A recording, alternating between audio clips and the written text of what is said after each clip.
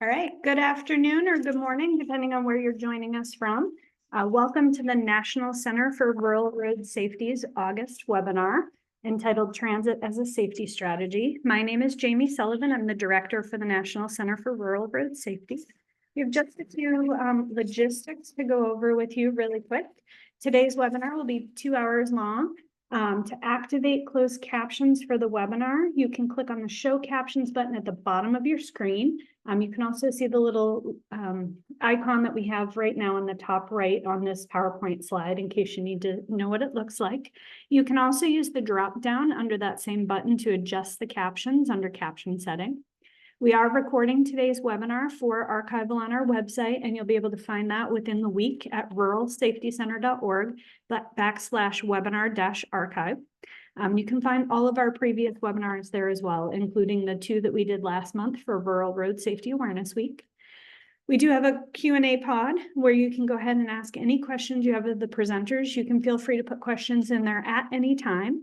And when we get to that question and answer period, I will read those out for our presenters. You can also use that to alert organizers of any technical difficulties you may have, and we will take care of those that way as well.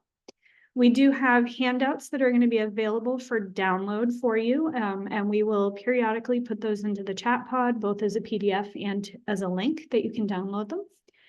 At the end of today's webinar, there will be a feedback form for you to let us know your thoughts on the webinar and also what additional topics you might like us to do for the remainder of the year.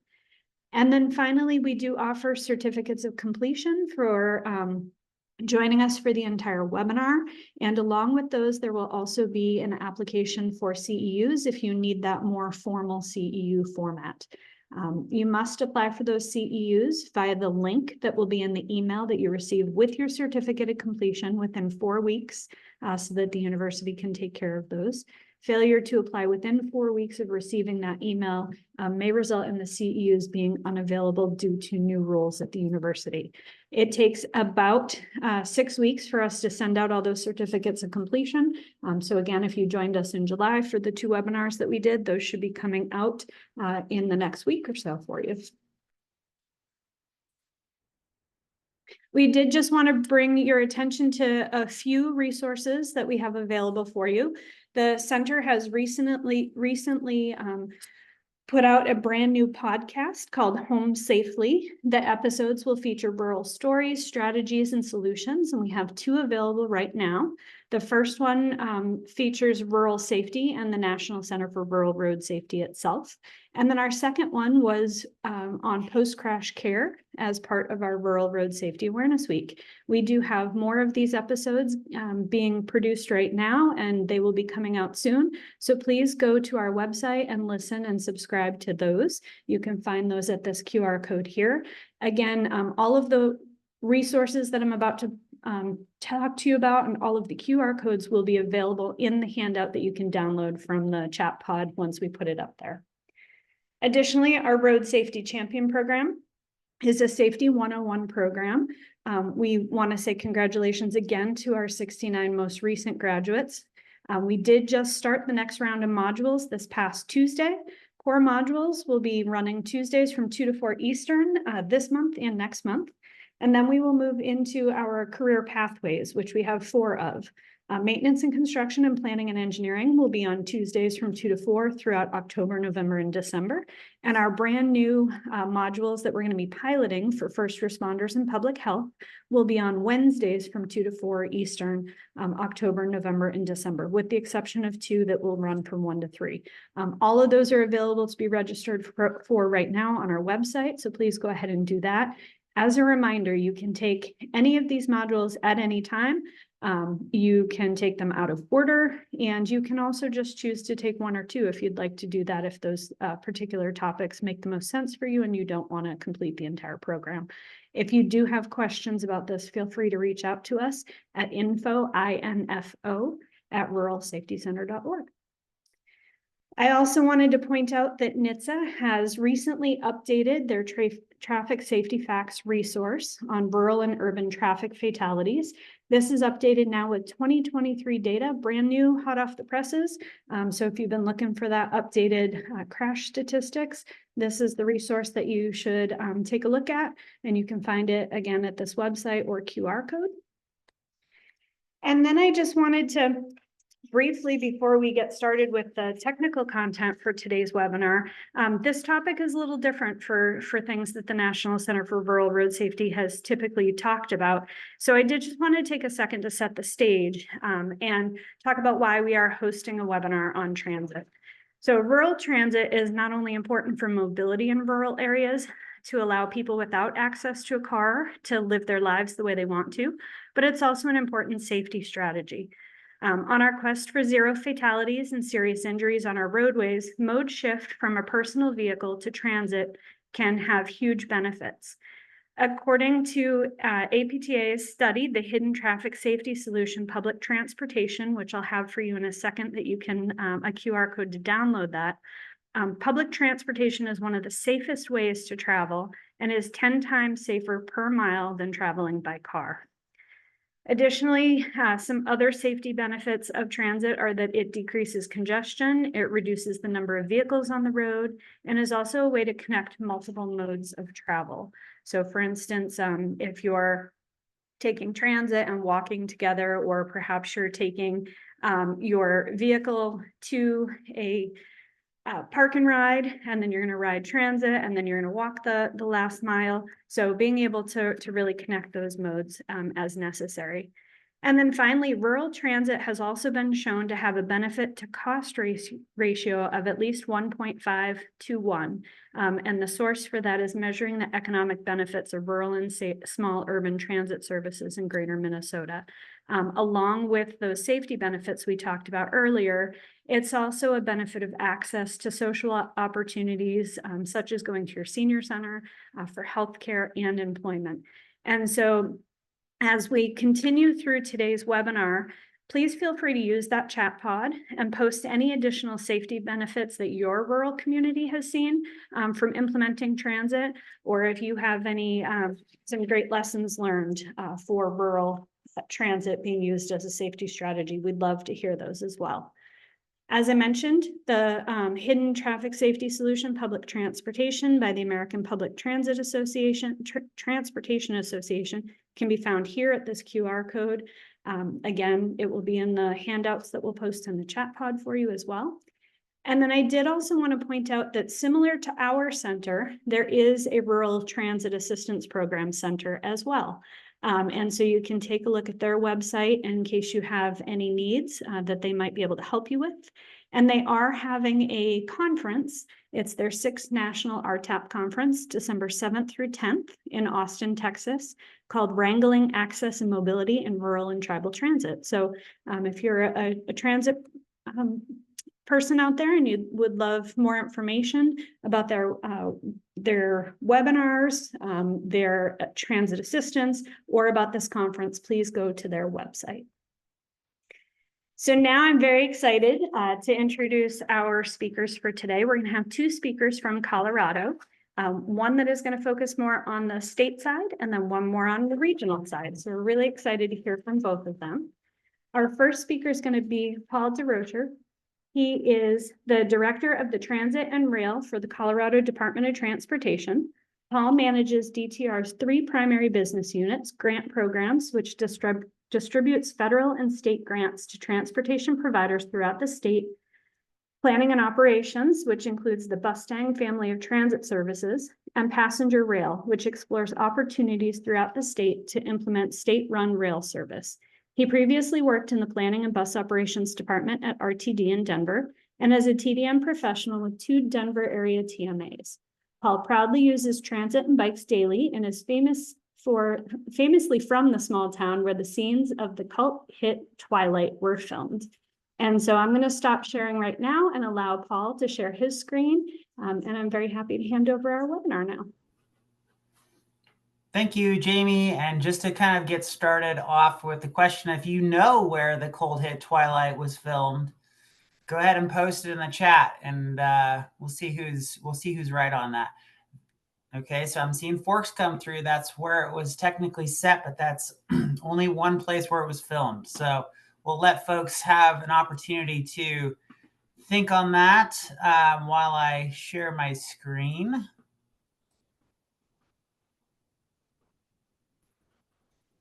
All right. Is that coming through, Jamie? Yes, looks great. All right, great. I appreciate the introduction today, and it's really, quite an honor to be able to present to this group.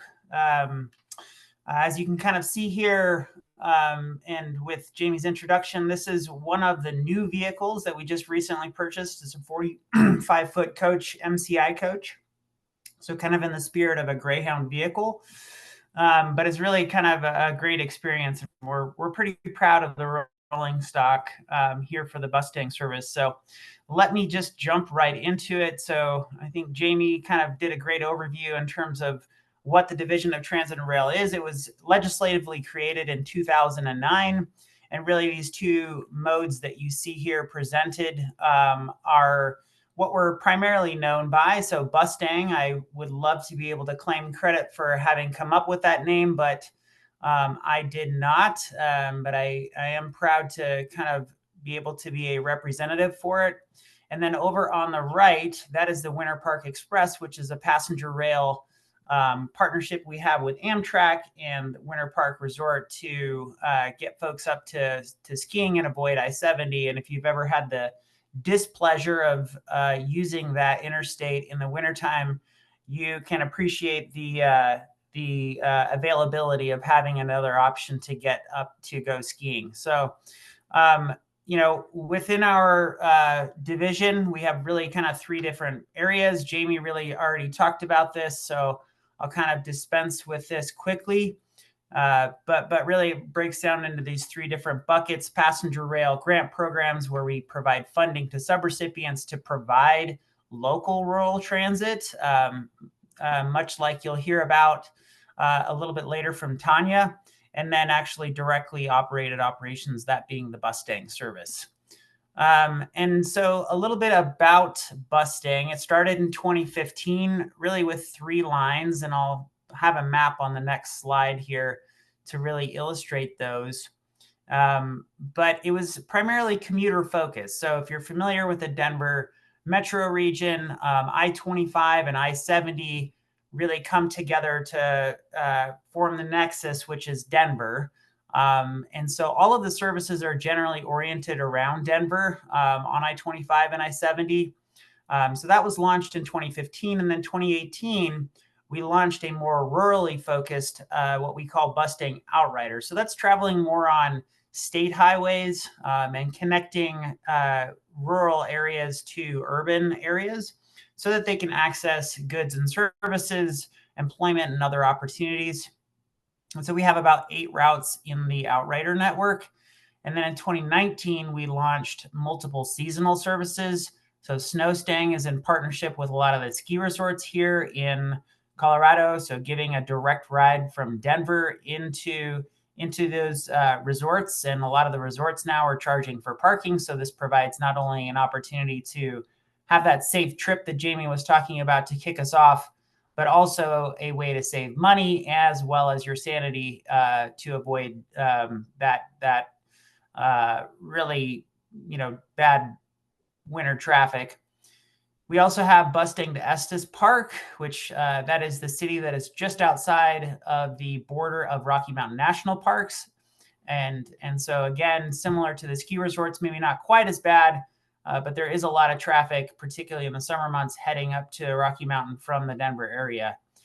In 2022, we had a great bill, SB 22-180, that was passed by the Colorado legislature, and that allowed us to establish what we call the Pegasus shuttle. So in that bottom right-hand corner, you see the Ford Transit Connect vehicle there that we use. And one of the reasons why this is important that we have the Pegasus service is because on I-70, heading up towards where Tanya lives and works, we have what we call peak period shoulder lanes on I-70. And those peak period shoulder lanes are a tolled lane on I-70, but they're not allowed to be traveled in if you have a multi-axle vehicle, much like these other buses that you see on the screen here. So having this smaller single axle vehicle allowed those our transit services to be able to bypass traffic when those lanes are open. And then also with that bill, we were able to significantly increase service on I-70 and I-25, really coming out of the pandemic in 2022. And then if you're doing the math, in 2025, we just had our 10-year anniversary, and I've got a couple of data points here on that. So Colorado is a square state.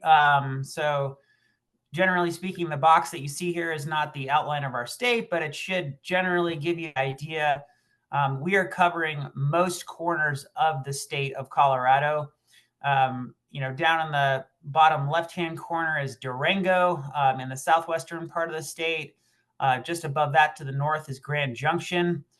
Craig, Colorado, and Steamboat are kind of more in the northern area there. And then to the east of that is Fort Collins. And then kind of down the I-25 corridor to Denver and Colorado Springs, as well as Pueblo and Trinidad. And then on the Eastern Plains, we are serving Sterling as well as Lamar. So these form, in addition to the seasonal services that you see here, the backbone for all of our services that we directly operate here at the state of Colorado. So it's a pretty comprehensive network. And I think really the main takeaway here is that what we're providing is an opportunity to connect in with those local networks within each of these communities, and allowing folks that are traveling within those local networks to be able to get longer distance. Jamie talked a lot about the safety of transit, and those numbers really improve as you're talking about longer distances. And some of these routes, particularly between Grand Junction and Denver, are hundreds of miles. And so if you're thinking about the net benefit of transit as a safety improvement, really these numbers are improved the more distance you're traveling. And then also for folks who've been to different parts of Colorado, of course, we have a lot of mountain passes here. And really for folks who are coming into town and don't have a lot of familiarity with these roads, it's a great way to more comfortably, in a more relaxed way, be able to view our great scenery here and without having to kind of white knuckle it through those mountain passes, particularly in the wintertime. And so how are we doing on ridership? I feel like we're doing pretty well. Of course, the valley of the pandemic, I'm sure every transit system saw, every transportation system for that matter, saw in 2021. We had a pretty steady uptake of our services between 2015 and 2020 when we started to see those declines. But then we've rebounded quite well. So I mentioned that legislative funding in 2022, which allowed us to add service. And this is kind of the magic formula with transit. The more service that you add, the more likely people are going to use it because there's a greater opportunity. It's really not that complicated. Adding service typically means more riders because it is simply more convenient. And so that was really what that bill was predicated upon. And, if I were an investor, this would be a pretty good looking stock to me. And, you see here in closing out the fiscal year 25. So the state fiscal year in Colorado goes between July and June. So we just wrapped up the 2025 fiscal year, closing with our best year ever, 353,000 people using our services over the year. So I think with that, I'm going to kind of jump into a study that we did to really double down on this investment in transit at the state of Colorado to understand how and where we wanted to grow the system even further to, again, be able to provide those benefits of using transit and having a transit network that operated throughout the state of Colorado. So the Transit Connection Study we kicked off last year.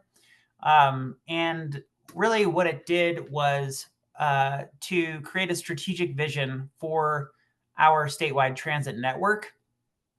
And we went through and examined stops, stations, regional and interregional service gaps, and then created some project types that would be able to fill in a lot of those gaps. So generally following a pretty typical kind of blueprint for a planning study, looking at the existing state of transit, what were those gaps, the recommendations, and then generating a final report, which is where we are very close to.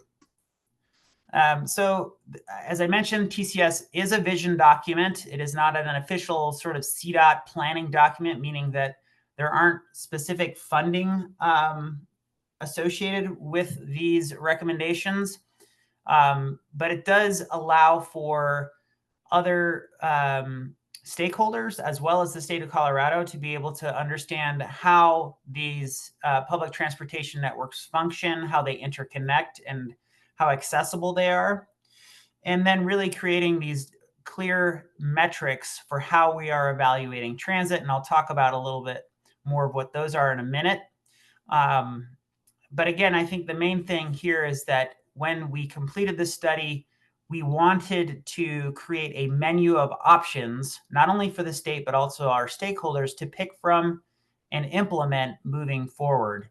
So without more background, I think what is important for folks to understand about this study and our state as a whole is that we're already doing quite well when it comes to providing specifically rural transit. So the map that you see here on the right is a indication of how many parts of the state that you can get to with a 2-agency ride or a 2-seat ride. So that could be taking Bustang for one leg and then transferring to Core Transit in the Eagle Valley in Colorado to get to your final destination. So this is by census tract. So if you look over on the left on some of these bullets, over 86% of the population in Colorado is within 10 miles of either Bustang, private intercity bus, so that might be Greyhound, or Amtrak, which we really only have one line. Actually, we have two, in Colorado. We have a section of the Southwest Chief that goes through Lamar and Trinidad, as well as the California Zephyr that generally follows the I-70 corridor. But in our rural areas, we have some real high performers. RAFTA, which is a Roaring Fork Transit Authority, kind of surrounding the Aspen and Glenwood area, has the highest ridership of any rural provider in the country. And Colorado has 9 out of the top 20 rural transit providers by ridership in the country. So in terms of rural transit ridership, Colorado is amongst the leaders, if not the leader, in providing this. And I think one of the things that you'll hear about really from Tanya a little bit later is that it has to do with the investment that local communities have made in that more magic formula that I talked about, which is they're investing in the service, they're investing in the fleet, and as a result, they're getting that payoff, that return on that investment in the form of ridership. And that's really what this is showing for.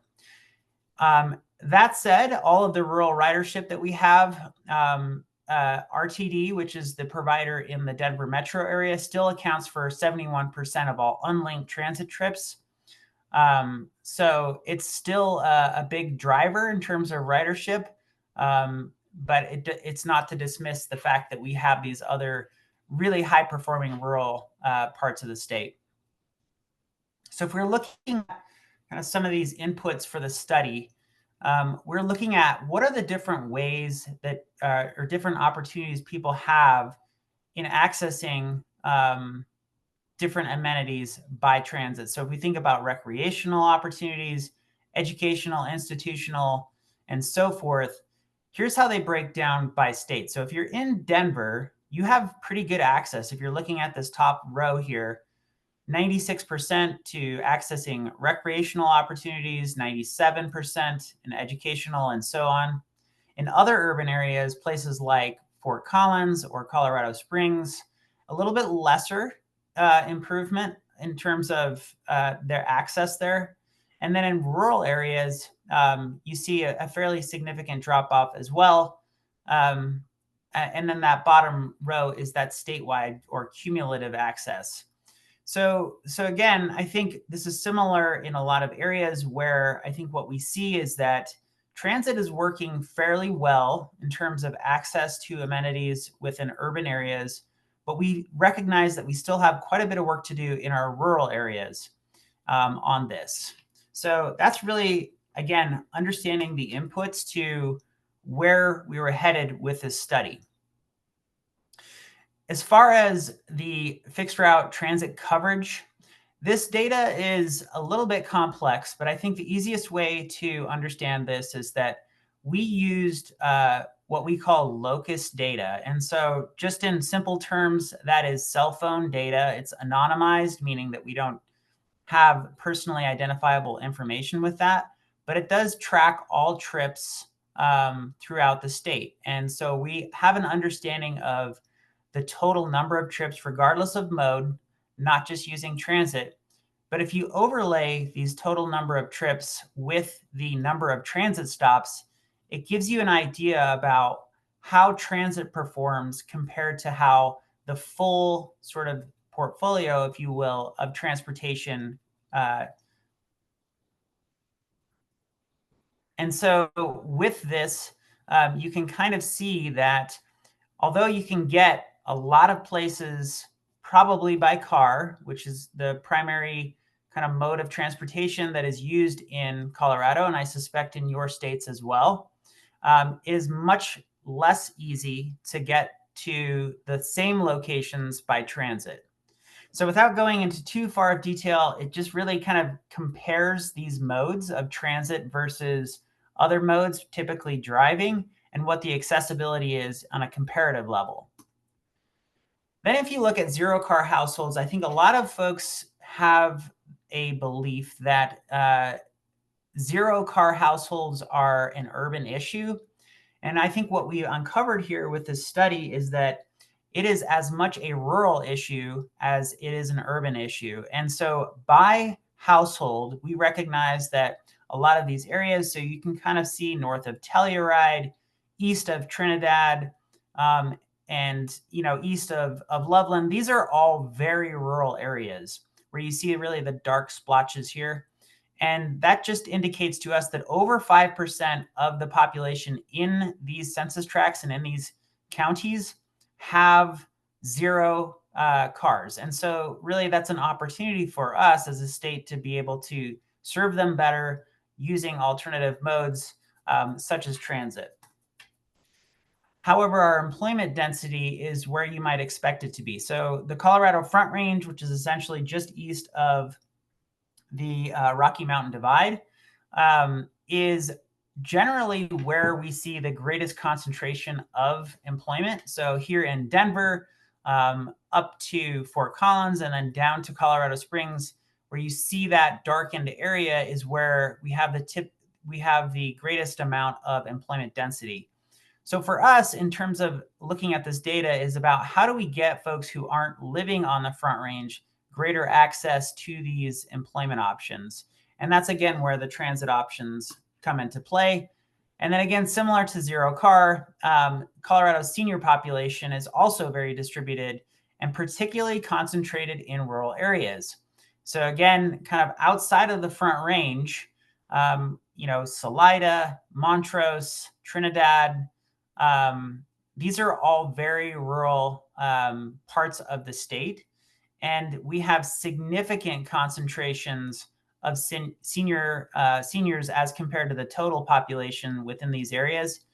And as folks know, perhaps as your own experience, as you age, your ability, or perhaps the ability to even afford a single occupancy vehicle diminishes. And so again, there's opportunities there within these data sets. Continuing on with the study, so those are some of the inputs, and I'm really just providing a sample of some of the things that we looked at, is understanding, okay, we have an understanding about what the data is telling us. How does that relate to the gaps in the transit network. So these 4 areas that you see here, travel demand, community access on the left-hand side, transit network connectivity, and unmet and inequitable need, were really the lenses that we looked at for where the gaps were. And this just describes what each of those 4 different buckets, if you will, of gaps means. So in terms of travel demand, it was for trips 20 miles and above. And the reason why is because that is really our sweet spot in terms of providing intercity transit, so connectivity between cities or regions. And then community access, it is in terms of identifying areas of the state with and without access to transit service. Connectivity is in terms of how those connections occur between services. And then unmet and inequitable need comprises those folks who really have a higher dependency or are disproportionately impacted by the provision of public assets such as transit. So the answers that we were seeking were, where are people trying to go? What are the transit options available? And what are the services and amenities that people were trying to access? So one example here, and again, I think this is a local example, but Grand Lake is on the western side of Rocky Mountain National Park. And it is a little bit of a local secret that that's the best way to get into the Rocky Mountain National Park, because most people are coming from the Front Range out of Denver and using the eastern entrance.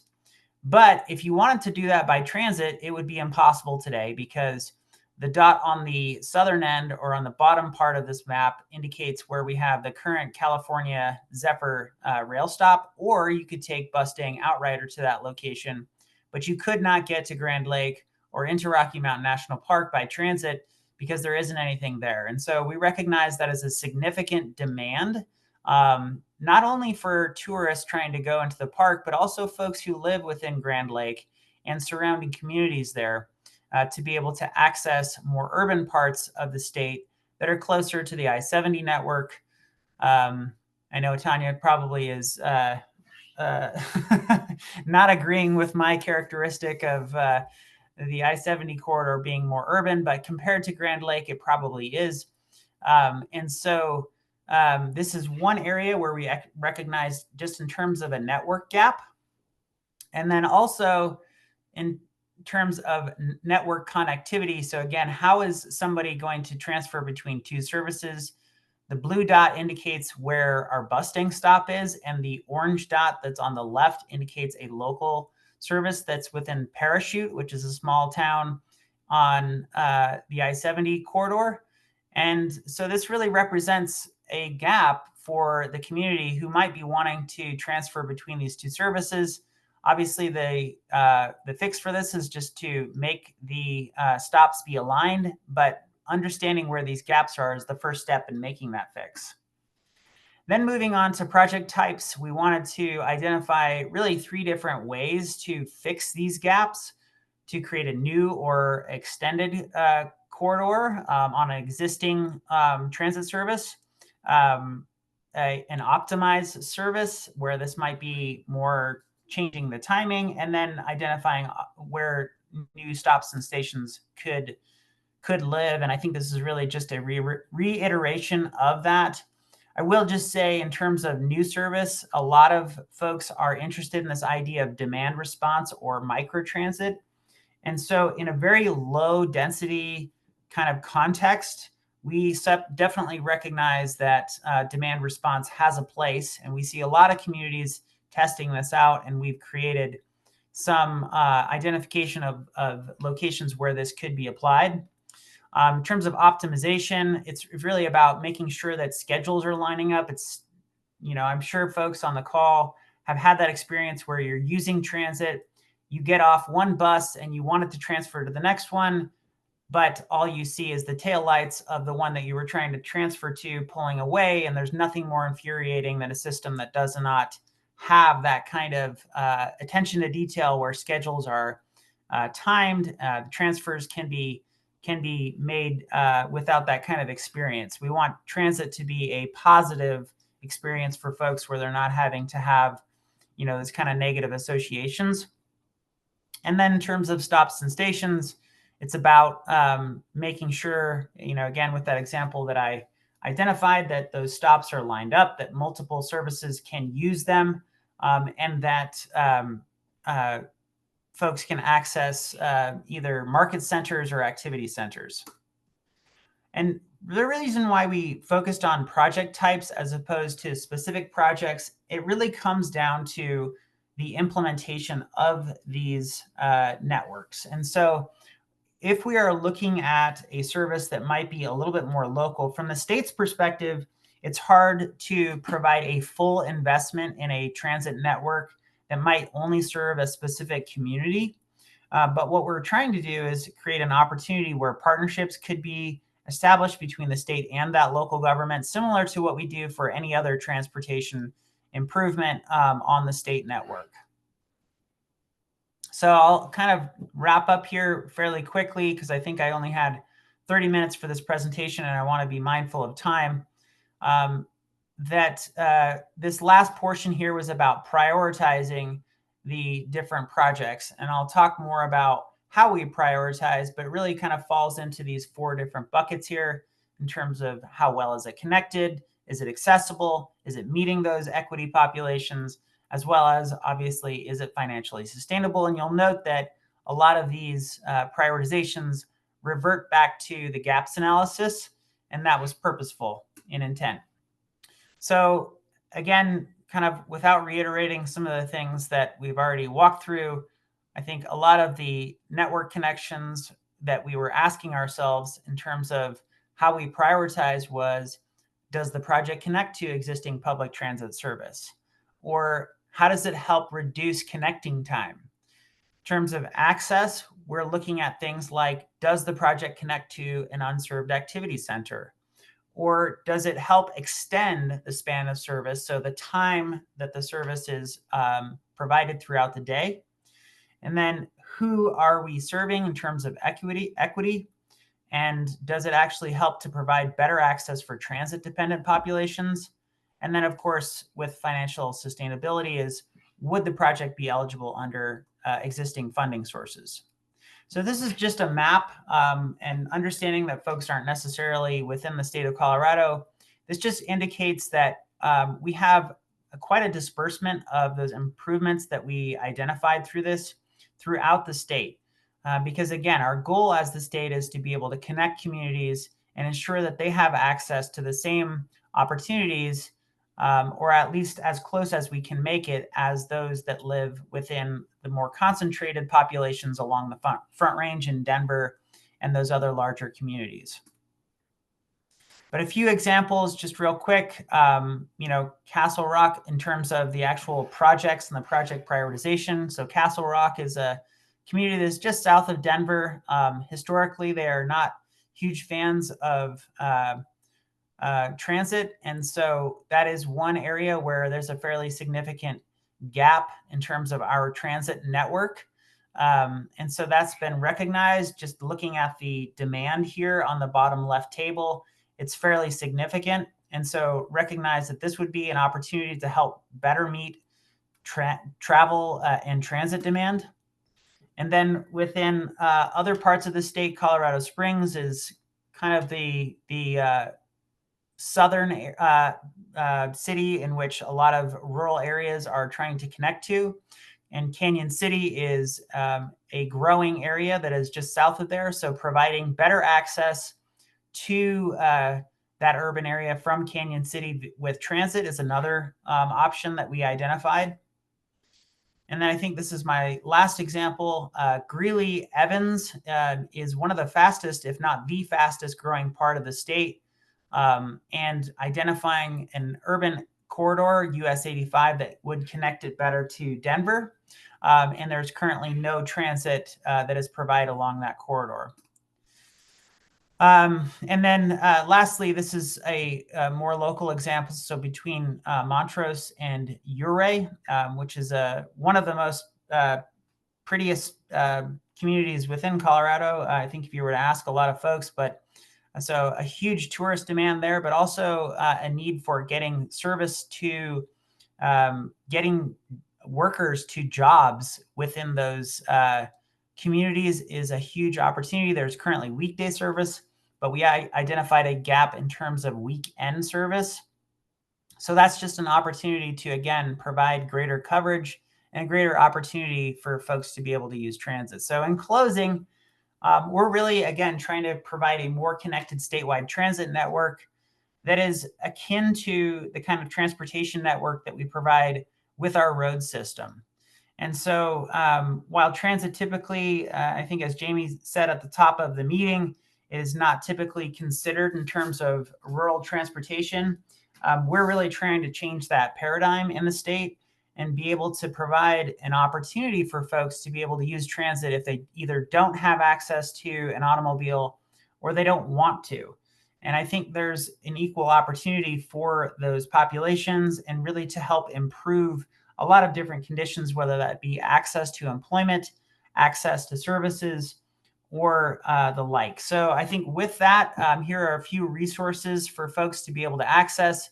Our project website, probably the easier way to get to this without trying to remember this somewhat convoluted URL here, is just to type in CDOT Transit Connections Study. And you'll be able to read a draft report that we just issued. And here's my email address if folks have any questions about that.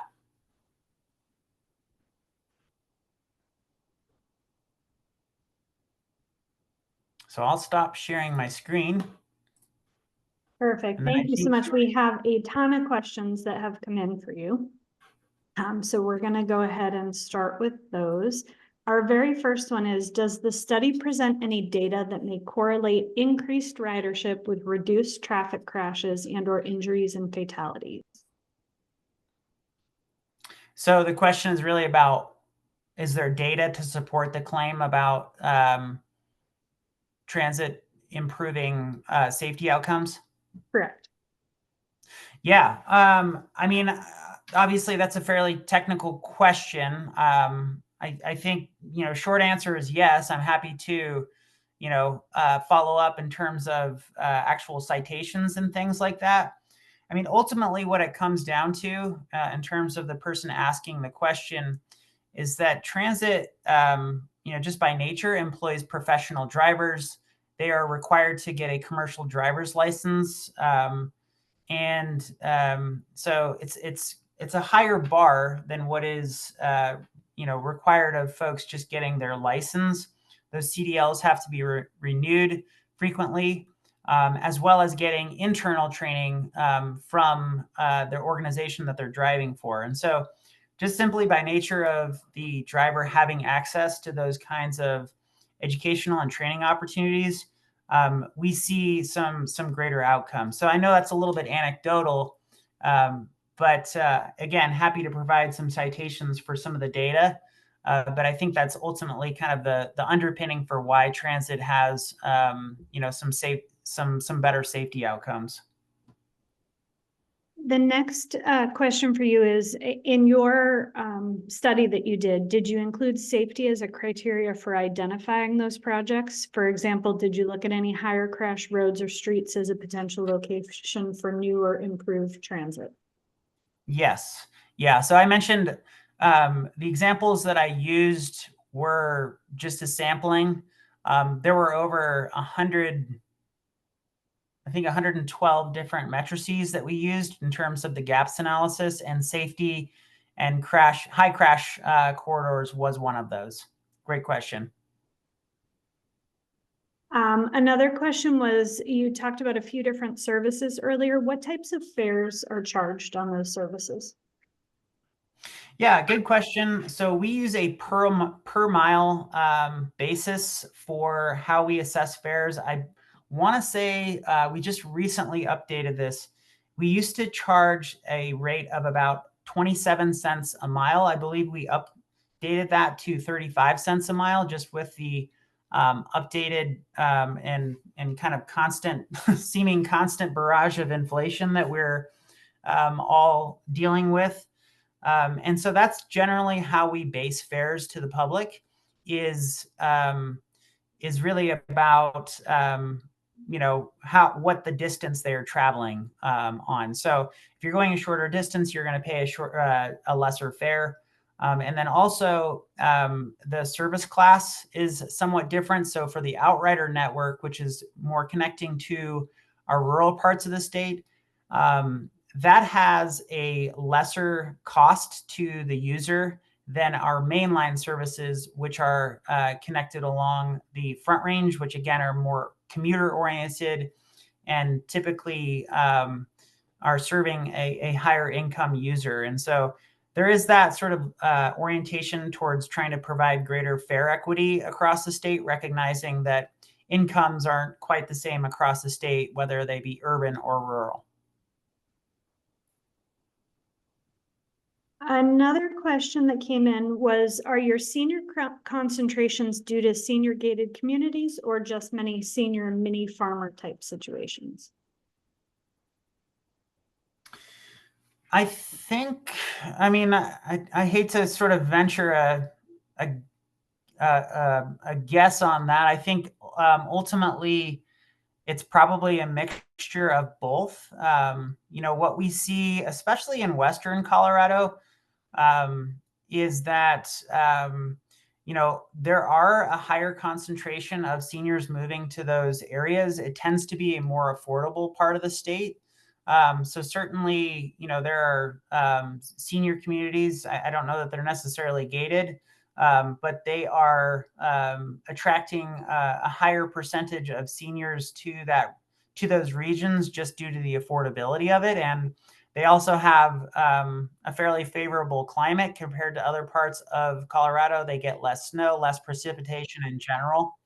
And so I think you see that, but I'm sure there is a fair percentage of, farmers, of course, as you age, farming becomes a little more difficult. So I expect that the average age there might not be quite as high as others. But again, that's somewhat venturing a guess. Another question was, as a state, do you offer the local transits funding opportunities such as calls for projects?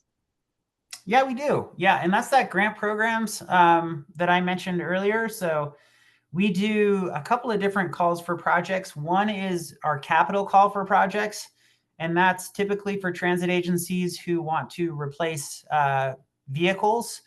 They can also use that for building new facilities, whether they be for maintenance facilities and things like that. So that is one call for projects we offer.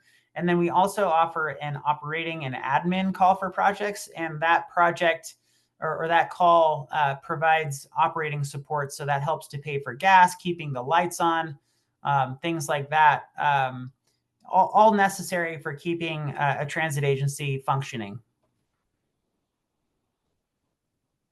The next one is, in terms of safety, do you encourage this through the provision of pickup and drop off facilities, or do you rely on connecting transit as the first and last mile connection regardless of service frequency?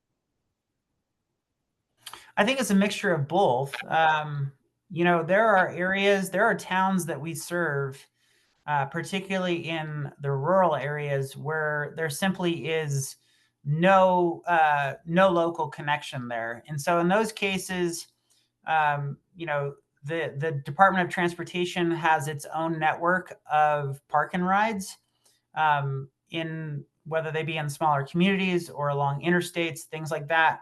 So those are typically facilities that we try to use. One thing that the state has invested heavily in is what we call mobility hubs. And this is a little bit like a park and ride on steroids, or a park and ride that is more multimodal in orientation. And it allows for not only an opportunity to park your own car, so accessing those on your own, but also for other transit, if there are local transit districts there, that they can serve those.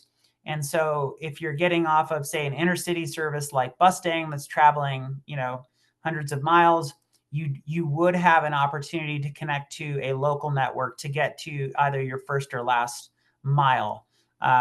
in terms of that final destination or origin for your trip. So I think it's just a mixture of both, depending on the context that we're serving. Another question is, many transit users are coming from the households with low income, and one might say that vehicle ownership might be an indicator of that household income, but they're wondering if vehicle ownership was the only indicator that you used in that analysis, or if there were others. Definitely not. No, I think, that's right. Vehicle ownership is only one criteria for what might indicate a higher propensity to use transit, but certainly there are many, many others. And I think, within the study, what we looked at were things like income, and that being one potential factor in terms of using transit. Age was another. So, seniors or folks that are sort of before driving age. And then also household size was another data factor. So I think one of the things that the state of Colorado has really tried to focus on is that transit can be a great option, if you're traveling alone. But I think if you're looking at the cost of a fare when you are looking at for a family of 4 or even greater, it becomes a lot less of a makes sense financially to do if you're traveling with a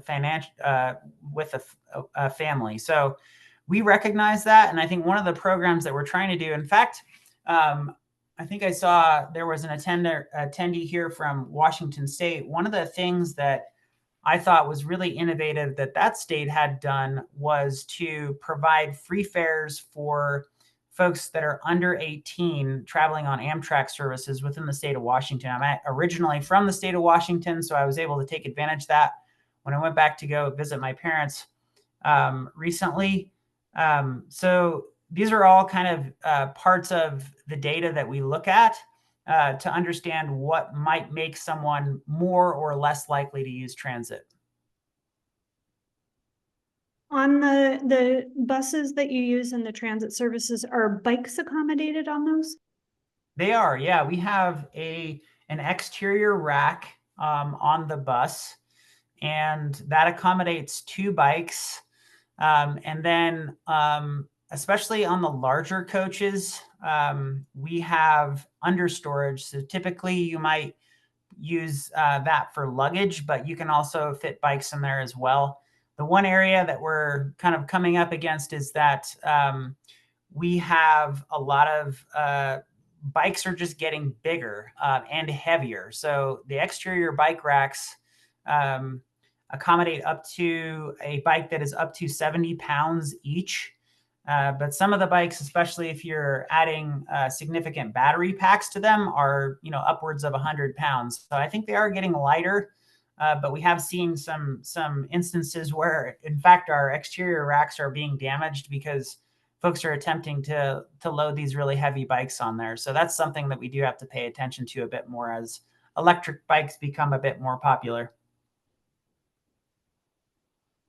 And then the last question that we have for you is more about the grants, and circling back to that. When are the calls for those projects typically made, and are they issued annually? Yeah, they're annual programs. So briefly, the admin operating call, so supporting ongoing operations, that is typically issued in the fall timeframe. And so we're actually just getting ready to issue that, whereas the capital call for projects typically happens in the spring. And so we do issue those calls for projects annually, and the primary funding source for those is through FTA 5310, 5311, and 5339 programs. And so just, as a summary, 5310 and 11 are both for seniors and persons with disability. and transit in rural areas. And so they have, specific programmatic components tied to those. So you have to demonstrate that you're providing service to those demographics or those geographic locations. But then recently, the state of Colorado has also supplemented these federal programs with our own state program. And this is distributed through an enterprise called the Clean Transit Enterprise. And knowing that we're running up a little bit on time here, I would encourage folks to check that out. The Clean Transit Enterprise was a partnership between the state of Colorado and the oil and gas industry.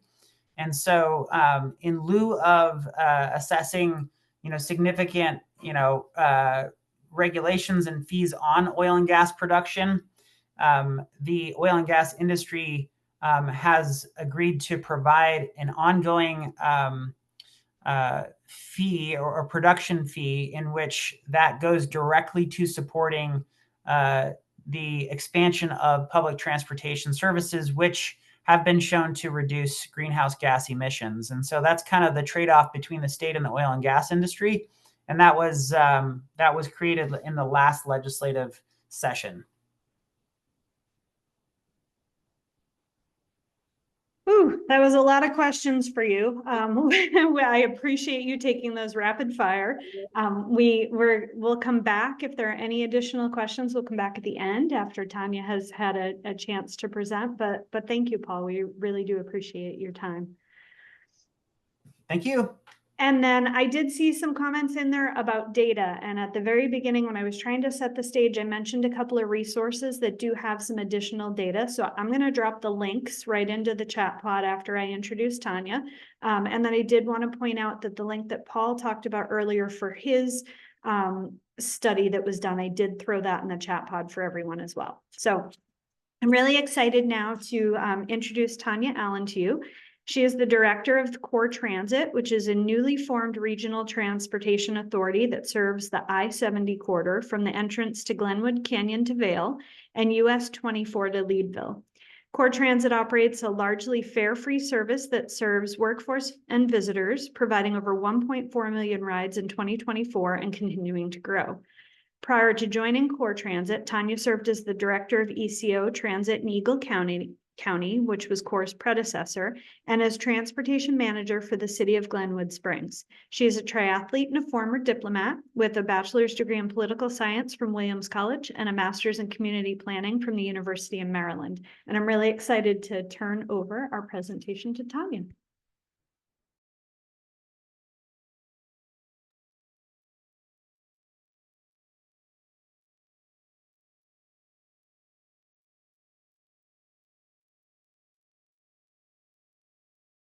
Hopefully this is showing up and you can hear me.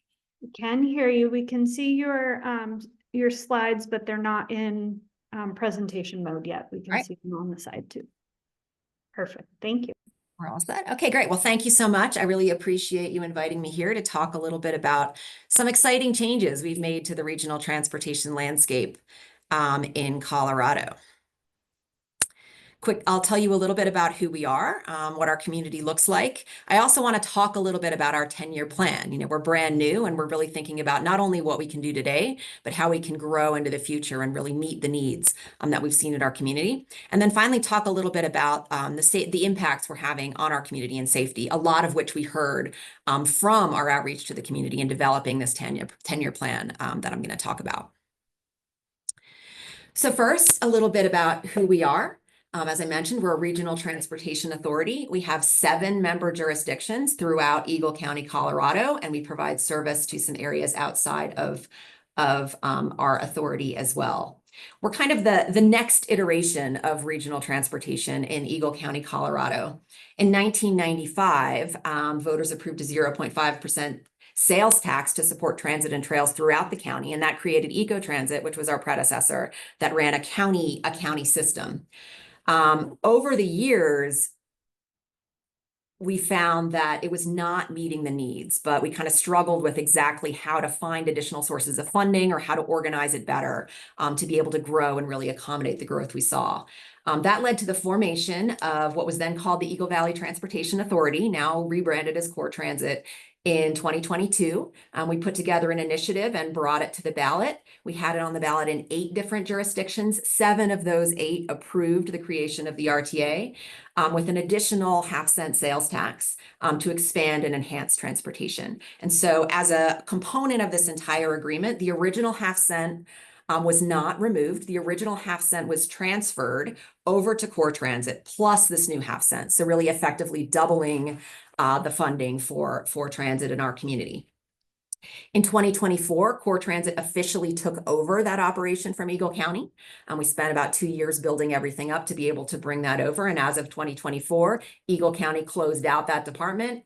We expanded from about 10 to 100 employees overnight, bringing over all of those county transit employees, and then moving into full implementation of our system, including our new planning process, which includes a 5-year strategic plan and our 10-year transit development plan. Snapshot of our system. You know, if you think about that Mustang map that Paul showed a little bit earlier, this is kind of right smack in the middle of that map.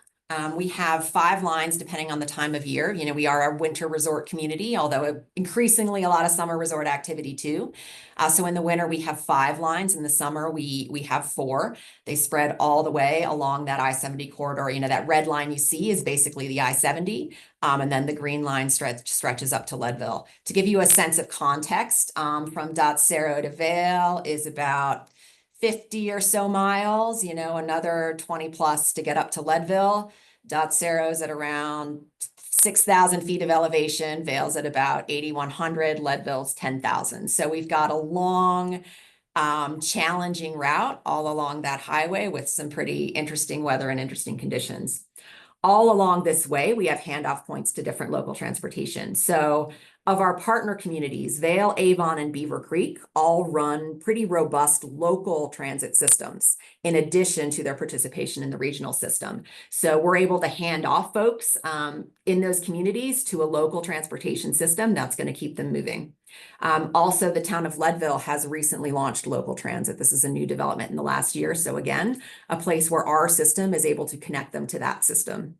Our system's also connecting them to Mustang. 3 of our major stops, Avon, Vail, and Eagle, Chambers Park and Ride, those are all handoff points to that statewide Mustang system. So that connects, that's able to continue, people are able to continue their journey onward along that corridor. We've also got a stop at the Eagle County Airport, which is a regional airport that is small but growing.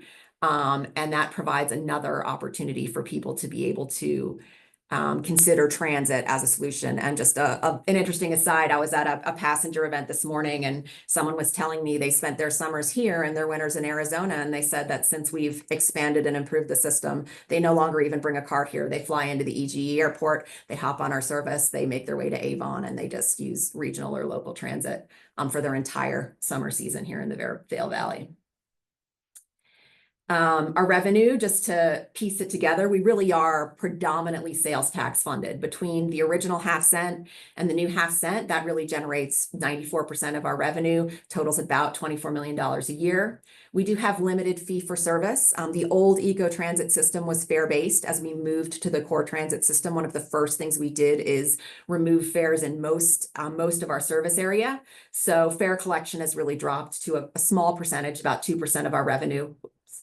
And then another 2% is some of these grants, a lot of the grants that Paul was talking about, the admin and operating grants, or the capital grants that we receive from various sources. Our community is more diverse than people think. If I say Vail, you know, we serve a significant portion of that community. We had 1.4 million riders in 2024. That was actually a historic high already. And we're actually, in looking the last 12 calendar months, we've come close to 2 million. And I'll show a little bit more about the ridership and how we've seen it grow since we've made improvements over the last year. It's everybody, depending on where we are and where we're taking them. Lots of workforce. We're a big workforce mover, and that was part of what really drove the interest in improving and expanding the system. But we also move a lot of visitors, a lot of students. We've had a lot of challenges in our area with school bus transportation and funding. We're able to provide another avenue for kids to be able to get to school and move around. Seniors, second homeowners. We are a resort community with a lot of second homeowners, and we have a lot of people, as I mentioned, who come here and rely on transit while they're in town. Also very diverse in terms of language and background. This is census data, has us at about close to 30% Latino and Latina in this area. I would say for a ridership perspective, we're upwards of 50%. Lots of challenges that folks in our community face with housing costs and long commutes. Again, when you look at a resort type area that has these long distances in between, a lot of the workforce is housed at one end and a lot of the jobs are located at the other end. And so, you know, people have a tendency to move further and further away to find that housing that they can afford. That creates significant challenges in terms of the cost of transportation, and we're really able to step in and assist with that. And then finally, again, you know, you think Vail, you think Disney World, but we've also got some challenges, and approximately 7.2% of persons in poverty within our area. So we came out of the gate really fast once we were able to double our funding and start rolling with core transit. And this is really what we jumped out to do. We increased service significantly over the course of our first 2 winter seasons. We upped our service hours by 45%. Our summer hours, we brought our summer schedule in line with our winter schedule. And so that equated to a 73% increase. You know, some details here are some of the things that we did, but we introduced a high frequency service between Vail, Beaver Creek, and Avon in the winter. So that's a mover of both people and employees. We added some late night service, and we really looked to increase frequency and add some new service throughout the area. The other biggest change that we rolled out immediately, and this was a component of the ballot initiative that approved core transit, was we implemented this fare-free service in the communities that voted into the Regional Transportation Authority. Looking a little bit more specifically at last year to this year, as I mentioned, you know, we were at about 1.5 million last 12 months, tracking at 1.9. And you can see here that, you know, as we started to make the improvements in 2023, we saw significant growth.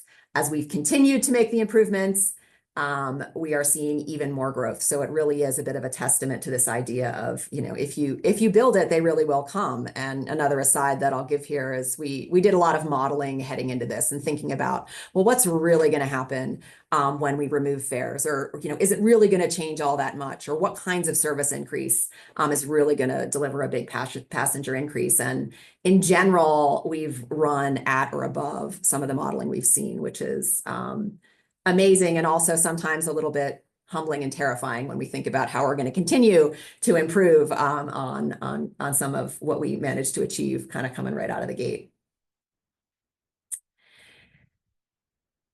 But we know we do need to be looking ahead. You know, this isn't it. We had a lot of low-hanging fruit that we were able to jump on, but we want to make sure that we're setting the stage and creating a vision for moving forward. So we've recently engaged in about a year-long planning process to really reintroduce ourselves to the community, to tell them we're not eco, to tell them that we have these resources.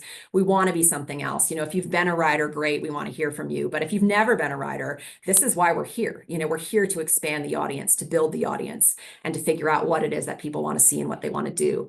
And you'll note that in addition to the outreach, one of the things we really centered in outreach was reaching our Spanish language customers. As we kind of reviewed what we'd been doing over the years, it was really clear that we had a large constituency that we just didn't talk to and didn't understand in the way that we should, given how much they relied on our system. And so we've really built out our new program to be fully bilingual for customer service and for planning and so on. You know, not surprisingly, the kinds of things we heard were more frequent service was something people wanted to see, more shelters. Safer crossings to bus stops is something that's really important. And I think this is something I won't really talk that much about in this presentation, but I think is really important to this audience.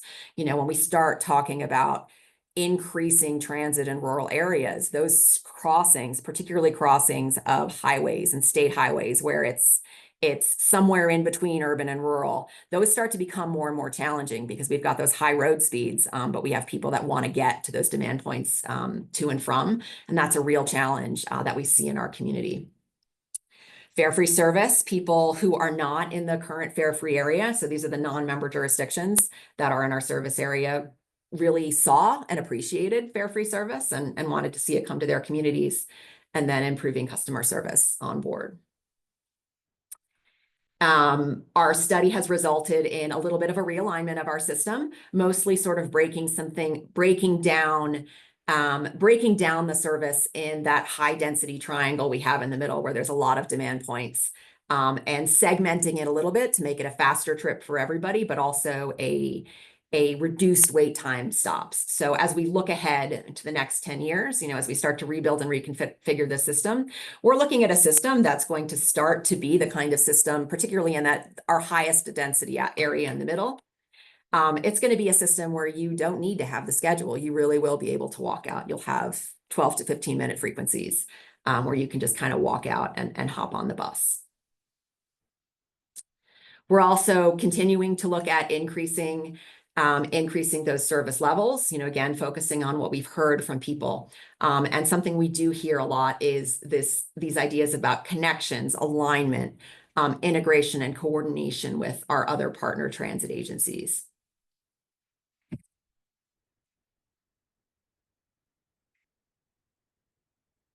So to move towards, some of what we've heard about how and why people appreciate having transit in their community, how it impacts them, and some of the safety impacts. We've heard some really interesting things as we've been out there talking to people about why they support transit, why they enjoy it, and what it means, what it really means to them. I think the biggest thing that's really hit is the increase in youth mobility in our community and how that's had positive impacts on mental health. Our rural areas in Colorado have really struggled with youth mental health activities. People live far away from one another. It can be very difficult to go and see one another. And what we've found is that as we've expanded, enhanced, and built a system that people are more comfortable with, people are more and more comfortable with also letting their kids ride the system, encouraging their kids to ride the system, and the kids themselves wanting to ride the system for that sense of freedom. And it's really helping them gather and connect in ways that are very positive, and help reduce some of those barriers and sometimes, get that phone out of their hands. We're also hearing a lot of really positive feedback about the ability to use the bus to go to and from community events and avoid impaired driving. I think in the past, everyone always knew the bus was there, but it was kind of like, it was a shameful thing. It's like, oh yeah, you can take the bus, or it's the drunk bus. We've really seen, as we've improved our service, made it more convenient, more natural, more comfortable, and more appealing to people. We've seen a real shift in the perception of how people react to transit. Instead of like, you could take the bus home, now it's friends are getting together and they're proactively deciding that that's the best way to go somewhere to do something, to make sure that they're safe, and that they're off the road, and not having to pay for parking. And some of our communities that charge for parking helps with that as well. Winter driving, that's another place where I think we provide an incredible service to our community. If you look at our travel patterns and our ridership, you will see that spike through the winter. And there's a couple things that contribute to that. We do have more workers and economic activity and so on, but we also have a lot of people that specifically choose to ride the bus in the winter, to make sure that they're not on the road. We do have mountain driving conditions. They can be quite hazardous. If you don't have four-wheel drive or snow tires, it's not necessarily a great thing to have that vehicle on the road. So we give people that choice. So when they're not comfortable, but they still need to get to work, they feel like they have a good, safe, reliable option with a trained driver. We put all of our drivers, in addition to the standard, tests and certifications that they need to have their CDL. We have also implemented a winter safety course for them. We put all of our drivers through a skid pad training in advance of the winter to make sure that those who may have come to us from somewhere else where they're not familiar with how to handle a vehicle like that in the snow have that opportunity. So we're really proud of our ability to be able to step in, save someone that $1,000 on snow tires, or just give them a little bit of peace of mind when they're there driving in the winter. And then last but certainly not least is, again, in an area where we have a lot of people coming and going, a lot of people who may not be familiar with our roads, a lot of people in rental cars, we take a little bit of that stress off. People don't need to figure out how to get where they're going, which way, how to handle a roundabout. They can really rely on transit, and we find that that's also something that people appreciate, especially now that we've increased our service, that service from the airport, people are finding us as that affordable option. And rather than rent a car for their whole trip, they're able to rent a car for a portion of it, where if they want to be going out and hiking or doing something like that, but then they're able to really rely on us for the rest of their travel. So that's helpful. And then of course, the congestion reduction benefits that we've already talked about, as we are able to move more people onto these vehicles, takes pressure off of I-70. And, if you're not familiar, many of you, I'm sure, are not familiar with I-70 through Colorado, but for all of us who do live here, it's kind of notorious because there's always something somewhere on it. There's a lot of choke points and a lot of really hazardous areas where if there's an accident or an incident, it can really cause tremendous shutdown and delays that cascade through the system. And so the more that we can really get more cars off the road, the greater the chances that we can reduce some of those impacts. So that's really all I have to share about the system. I'm happy to answer any questions or share any additional details. Perfect. Thank you so much. We do have a question or two that came in for you, Tanya. The first one is, what is the minimum age someone can ride without an adult? I believe the minimum age we have on our printed materials is, it's a good question, actually. I think it's 7 years old. And then this one is a comment or a question. It says, in reference to safer crossing to bus stops to address the diverse cultural backgrounds and experience of Spanish-speaking riders, where some may have experienced different respect for pedestrians or transit riders, you could consider crosswalk training pop-ups and rewards for those that go and push the button to cross at safer crosswalks. So rewards could be reduced fares if the transit rider uses the crosswalk. So I guess that's more of a comment than a question, but just as an opportunity for people to consider with some of the education and safer crossings. We did have one question come in that can be for either Paul or Tanya. So I'm going to ask this one, and then whichever of you has an answer to it or would like to answer would be great. It's when you calculate the crash rate for a mode such as transit, is it just the transit leg of the trip included, or do you include the pedestrian or other mode trip to and from the transit stop as well?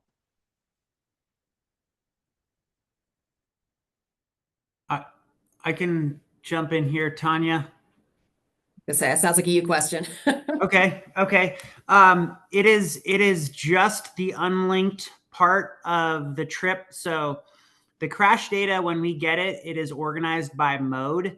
So if somebody was walking to a bus stop to catch the bus, the database is only going to indicate that it was a pedestrian crash. And so it isn't going to sort of, provide additional documentation to say, this pedestrian was going to catch a bus. So the data, particularly that we use to support the argument that transit is, the safest mode, is the number of specific crashes that occur while somebody is using public transportation. So hopefully that answers your question. Yes, thank you very much. The next question is also for the both of you in case there are different answers, but are seatbelts required for wheelchair riders?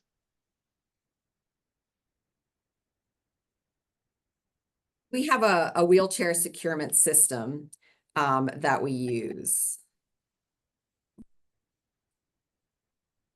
Same for us. So obviously drivers are wearing seat belts. They're required to. And we actually do have seat belts outfitted within our intercity coaches, the new ones in particular, but they're not a requirement for passengers to wear them.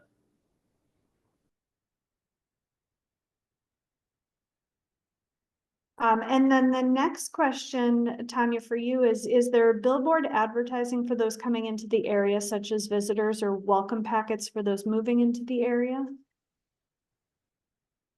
There's not, but we have advertising at the airport that we have been stepping up. We also work with a lot of the hotel concierges at the beginning of the season. So at the beginning of the tourist season, we do some outreach and we provide everyone with packets and information regarding all of the local transit.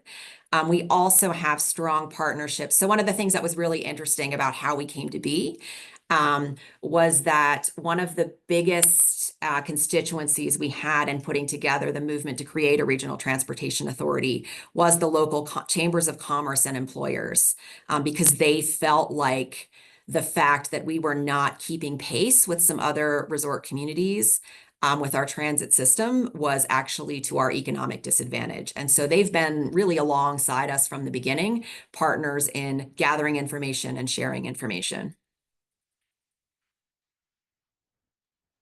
Perfect. And those are all of the questions we had. So again, I do want to thank both Tanya and Paul for sharing today.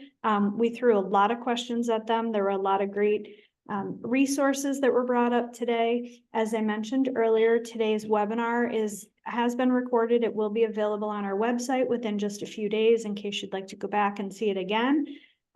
In the chat pod, you will find the link to download the handouts and/or the PDF where you can also download it right away.